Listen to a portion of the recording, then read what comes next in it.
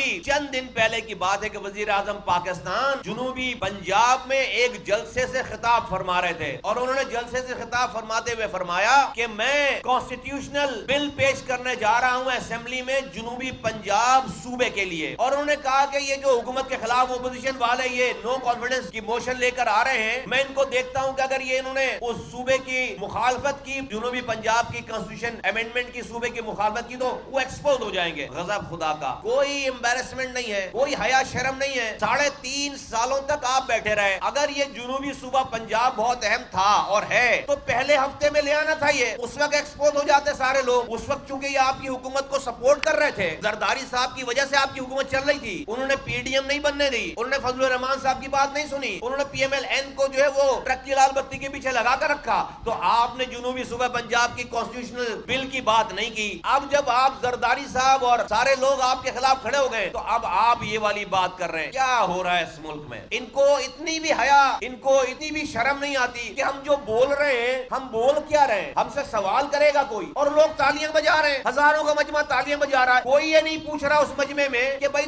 آپ یہ جو آج بات کر رہے ہیں 3.5 پونے 4 سال کے بعد، آپ نے یہ 3.5 مہینے کے بعد یہ کام کیوں نہیں کر لیا؟